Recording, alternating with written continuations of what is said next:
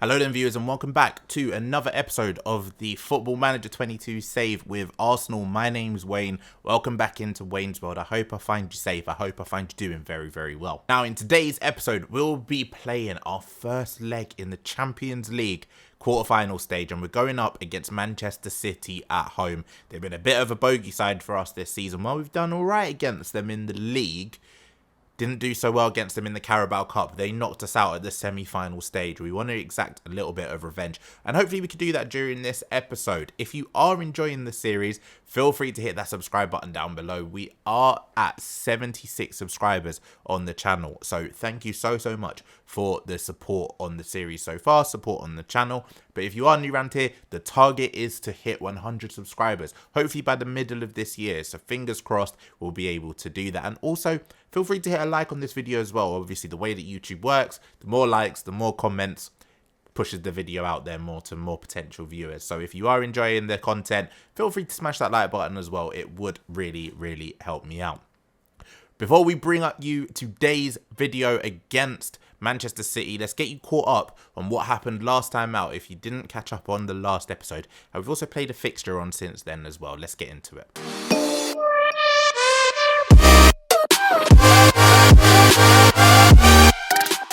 All about Champions League action during this episode today. But last time out, we managed to beat Oxford United in what was a little bit of a tricky fixture at first in the FA Cup when it really shouldn't have been. Scoreline of 6-1 probably does flatter us a little bit, but Oxford took the lead in the first half. We made a mistake at the back. Ibrahim Konate, who's not played that well this season, coming off of a sign-in for us in the summer. Liverpool obviously didn't want him. We brought him in for a bit of rotation and a little bit of backup purposes. He's not been that great for us so far.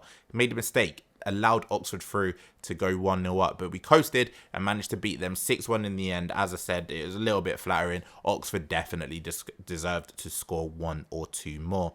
We then followed that up with a 2-0 win against Crystal Palace in the Premier League.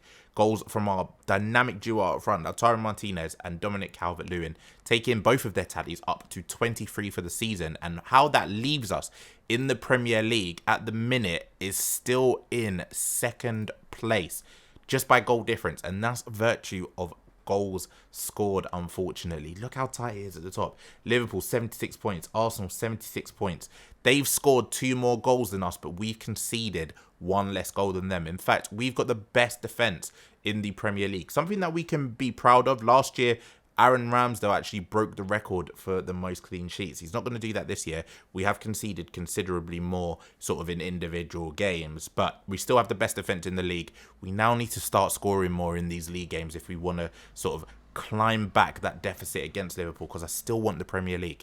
If you don't remember, last season we won the Premier League ahead of Liverpool, but the aim of this save is to build up towards winning a quadruple and the Club World Cup with Arsenal. We want to win everything individually before ideally going for it all in sort of a final season's celebration. We've only won the Premier League so far and the Charity Shield, or the Community Shield if you want to class that as a trophy as well. Some people do, some people don't, but we want everything. Carabao Cup, we got knocked out by Manchester City, as I mentioned earlier. Still in the FA Cup, so there's a possibility of a domestic trophy there. Still in with a shout at the Premier League and Champions League as well. So it could be a big haul of trophies for us to end the season. Chelsea currently sitting in 3rd place. They're not in the title race. Currently 9 points behind ourselves and Liverpool, but comfortable in 3rd place.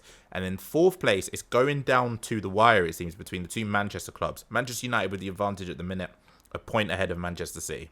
One of the surprising underachievers, and I can't say I really care this season, is Tottenham Hotspur, who are now managed by Roberto Mancini. They've gone through a couple of managers during this save already. Obviously, they started with Nuno Santo, took over once he was sacked, was Yogi Löw. He was then sacked, and Roberto Mancini has been in the job for coming up to half a year now. Not really done much, so it wouldn't surprise me if he was sacked at the end of the season.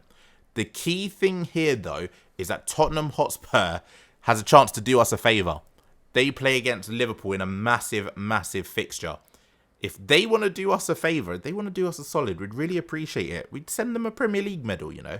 It'd be the first time that Spurs have got their hand on a Premier League medal in quite a while.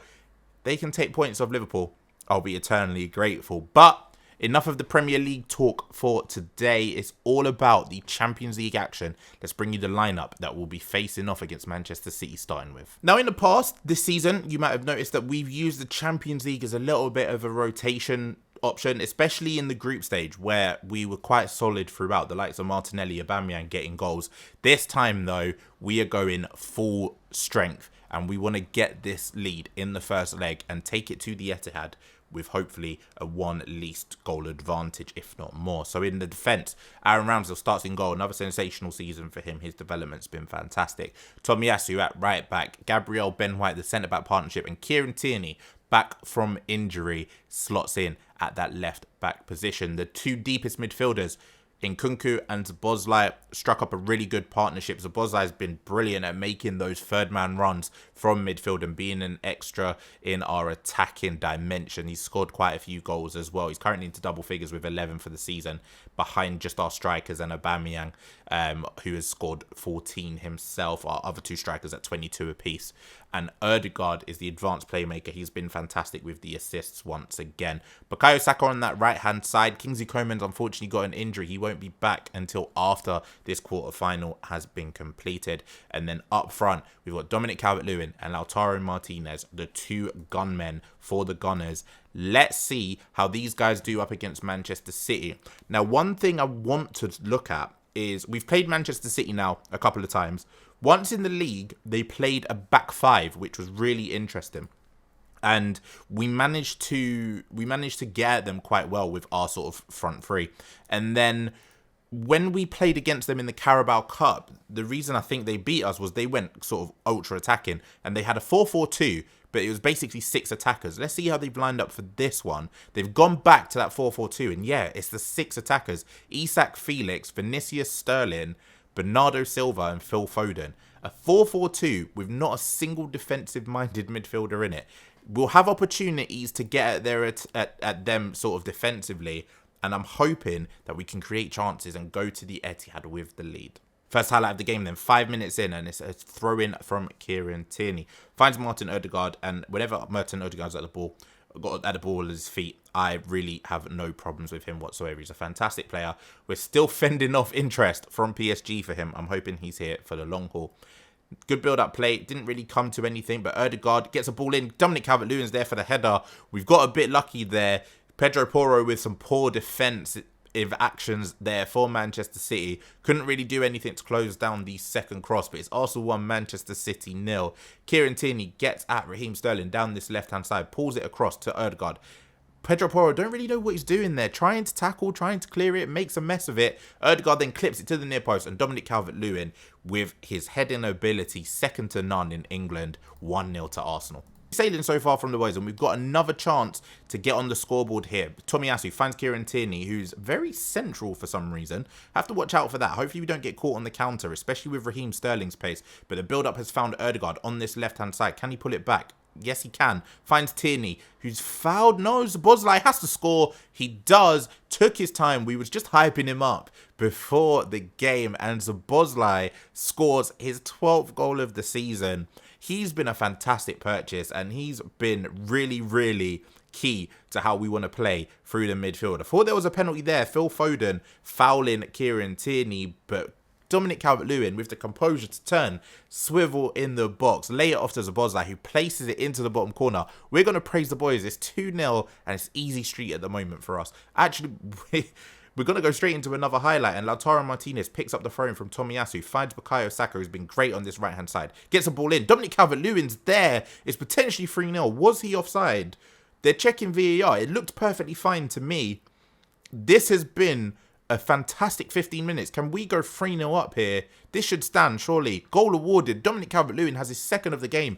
It's an assist for Bukayo Saka. It's all too easy for us at the minute. Lautaro Martinez finds Bukayo Saka, who chops back onto his left foot, clips it in. Calvert-Lewin, dominant in the air, beating Laporte.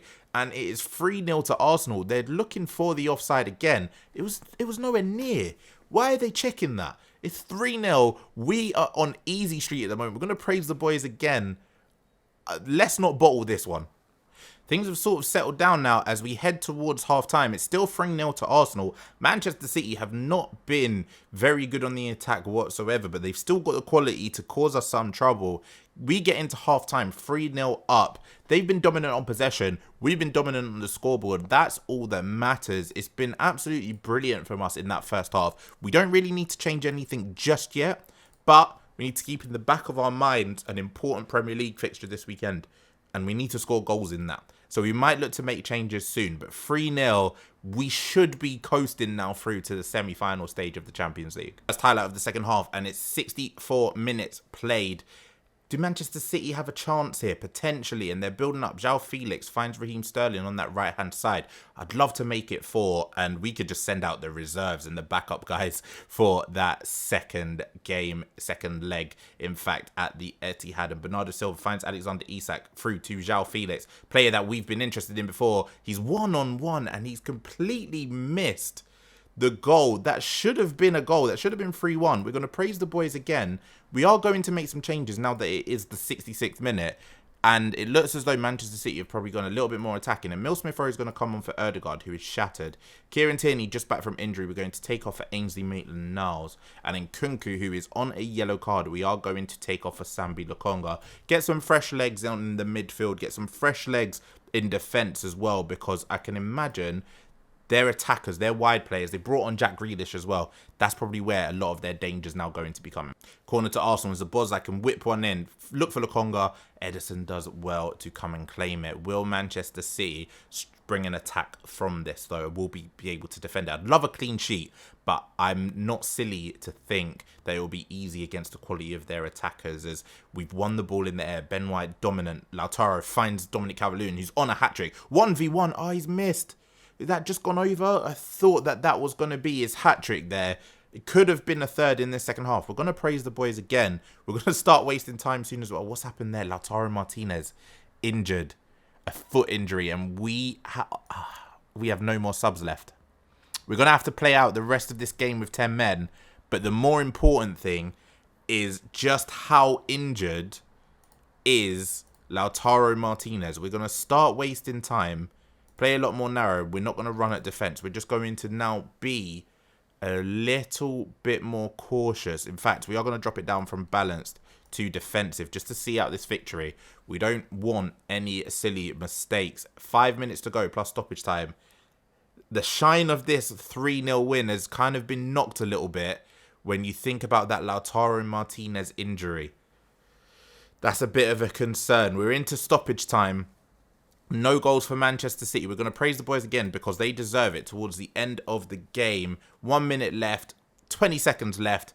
That's going to be full time. Arsenal 3, Manchester City 0. We've done well there to come away with a 3-0 victory. But Lautaro Martinez has come off with what is potentially a serious injury. In one of the other quarterfinals, Barcelona have gone 1-0 up against Borussia Dortmund. We need to see some information about this injury. Not worried about anything else. Lautaro Martinez injured. 5 to 8 days. That's not the worst. I thought that would have ended his season.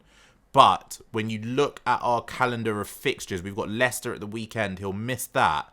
But he should be back for the Manchester City game at the Etihad in the second leg. And that's the next episode we will bring you of this series. Thanks again once more for all of the support so far. If you are enjoying the episodes, if you are enjoying the series, feel free to smash that like button down below. It doesn't have to be a smash. You can press it, you can caress it, you can do whatever you want. Just leave a like on the video if you are enjoying. Feel free to subscribe to the channel if you are new around here. And until the next one, stay safe, take care, and we'll see you for the second leg against Manchester City.